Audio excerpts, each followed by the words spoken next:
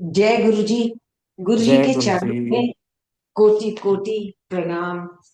आई हुई संगत को हेल्थ एंड हैप्पीनेस।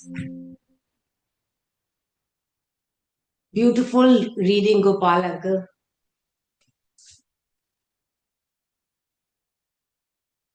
जैसे कि गोपाल अंकल ने कहा, आज का हमारा अध्याय है 35।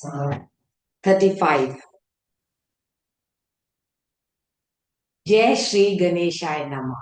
ओम नमः शिवाय। शिव जी सदा सहाय। ओम नमः शिवाय। गुरु जी सदा सदा सहाय। दक्ष के यज्ञ की रक्षा के लिए भगवान विष्णु से प्रार्थना। भगवान का शिव द्रोह जनित संकट को टालने में अपनी असमर्थता बताते हुए दक्ष को समझाना तथा सेना सहित वीरभद्र का आगमन। गुरु जी कहते सी, अकल ते रफल बाहर छड़ के आया करो। रफल ईगो। सब कुछ होते हुए भी दक्ष शून्य हो गया। सब ईगो से रिलेटेड। दक्ष बोले, देव देव हरे विष्णु दीन बंधु कृपा निधे, आपको मेरी और मेरे यज्ञ की रक्षा करनी चाहिए। प्रभु, आप ही यज्ञ के रक्षक हैं। यज्ञ ही आपका कर्म और आप यज्ञ स्वरूप हैं। आपको ऐसी कृपा करनी चाहिए जिससे यज्ञ का विनाश ना हो।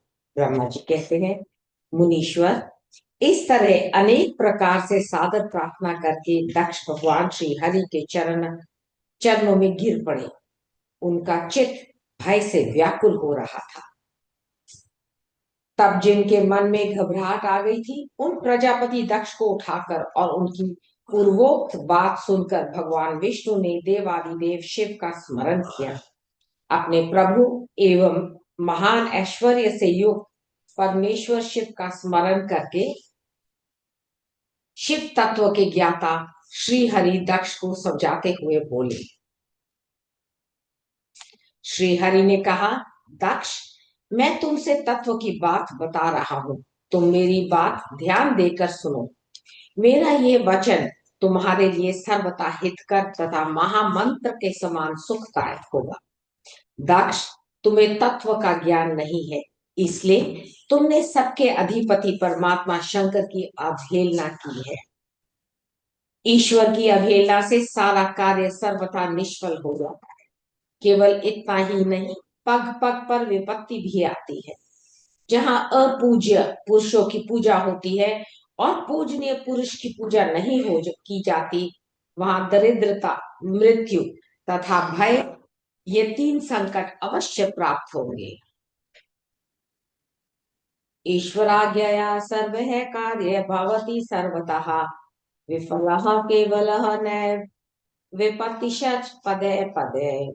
अपूज्य यत्र पूज्यन्ते पूजनीय न पूज्यते, त्रीणि तत्र भविष्यन्ति दारिद्र्यः मरणः भवम् भयाम। इसलिए संपूर्ण प्रयत्न से तुम्हें भगवान वृषभ ध्वज का सम्मान करना चाहिए। महेश्वर का अपमान करने से ही तुम्हारे ऊपर महान भय उपस्थित हुआ है। हम सब लोग प्रभु होते हुए भी आज तुम्हारी दुर्नीति के कारण जो संकट आया है, उसे टालने में समर्थ नहीं है। ये मैं तुमसे सच्ची बात कहता हूँ। ब्रह्मा जी कहते हैं, नारद, भगवान विष्णु का ये वचन सुनकर दक्ष चिंता में डूब गए। उनके चेहरे का रंग उड़ गया और वे चुपचाप पृथ्वी पर खड़े रह गए। इसी समय भगवान रुद्र के भेजे हुए गणनायक वीरभद्र अपनी सेना के साथ यज्ञ स्थल में जा पहुंचे। वे सबके सब बड़े शूरवीर, निर्भय तथा रुद्र के समान ही पराक्रमी थे। भगवान शंकर की आज्ञा से आए हुए उन गणों की गणना असंभव थी। वे वीर शिरोमणि रुद्र सैनिक जोर जोर से सिंहनाद करने लगे। उनके उस महानाद से तीनों लोग गूंज उठे।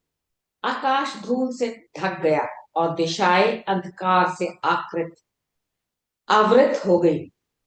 सातों दीपों से युक्त पृथ्वी अत्यंत भय से व्याकुल हो, पर्वत, वन और कानों सहित कांपने लगी तथा संपूर्ण समुद्रों में ज्वार आ गया।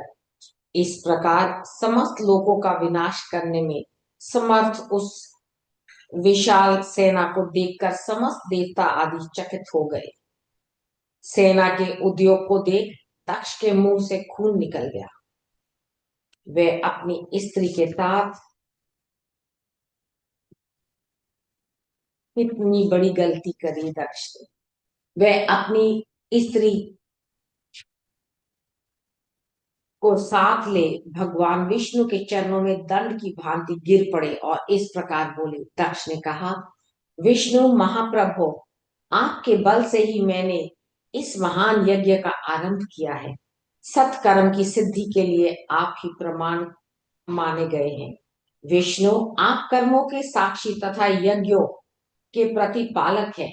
महाप्रभु, आप वेदों, धर्म तथा ब्रह्मा जी के रक्षक हैं। अतः प्रभु, आपको मेरे इस यज्ञ की रक्षा करनी चाहिए क्योंकि आप सबके प्रभु हैं। ब्रह्मा जी कहते हैं, दक्ष की अत्यंत दीनता पूर्वक बात सुनकर भगवान विष्णु उस समय शिव तत्व से विमुख हुए। दक्ष को समझाने के लिए इस प्रकार बोले। श्री विष्णु ने कहा, अभी हमने इंग्लिश में भी यही पढ़ा था। श्री विष्णु ने कहा, दक्ष, इसमें संदेह नहीं कि मुझे तुम्हारे यज्ञ की रक्षा करनी चाहिए क्योंकि धर्म परिपालन विषय का जो मेरी सत्य प्रतिज्ञा है वह सर्वत्र विख्यात है। परंतु दक्ष, मैं जो कुछ कहता हूँ उसे तुम सुनो। इस समय अपनी क्रूरता पूर्वक बुद्धि को त्याग दो। देवताओं के क्षेत्र नैमिषारण्य में जो अद्भुत घटना घटित हुई थी उसका तुम्हें स्मरण करना चाहिए। उसका तुम्हें स्मरण नहीं हो रहा है। क्या तुम अपनी कुबुद्धि के कारण उसे भूल गए? यहाँ कौन भगवान रुद्र के कोप से तुम्हारी रक्षा करने में समर्थ है? दक्ष, तुम्हारी रक्षा किसकी अभिमत नहीं है, परंतु जो तुम्हारी रक्षा करने को उद्यत होता है वह अपनी दुर्बुद्धि का ही परिचय देता है।